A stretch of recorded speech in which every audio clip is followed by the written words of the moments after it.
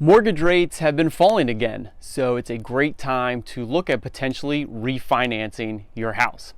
Now, this is a numbers game, and so it really pays to work with a mortgage broker, see what the current rates are, and compare, a 15-year fixed or a 30-year fixed mortgage with what you're currently paying and the number of years, and think about those trade-offs. With rates, anywhere above sort of 0.5% to up to 1% difference from your current rates, that's where it gets interesting to look at the numbers.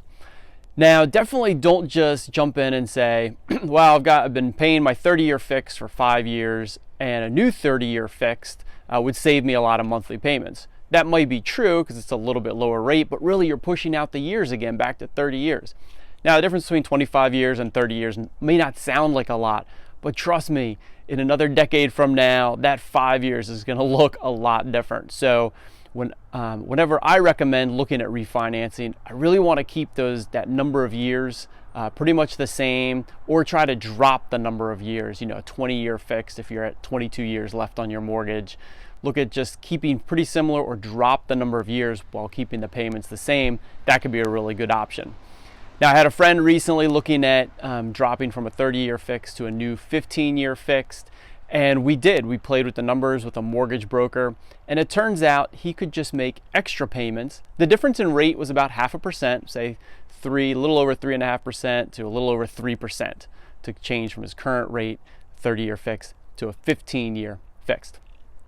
And while that saves some money, he could just make additional principal payments on his current 30-year fixed and then reduce his current mortgage, which had 28, 27 years left, down to 15 years. So now we're doing apples to apples, 15 years worth of payment. And it was pretty similar. It was only like $100 difference between refinancing at a 15-year fixed and just making those extra payments in order to take the current mortgage down to 15 years. So again, it's an individualized situation. Don't just assume that, it's a 0.5% or 0.75% difference, that's going to automatically save you a lot of money. There are definitely trade-offs. The thing about making extra premium payments on a current 30-year fixed is that you don't have to make those payments, so you gain some flexibility. So with the mortgage rates falling, I definitely recommend, if you have a little bit higher rate, somewhere near 4% or above, I would contact a mortgage broker and just look at the numbers and see if something makes sense for you. Have a great rest of your day.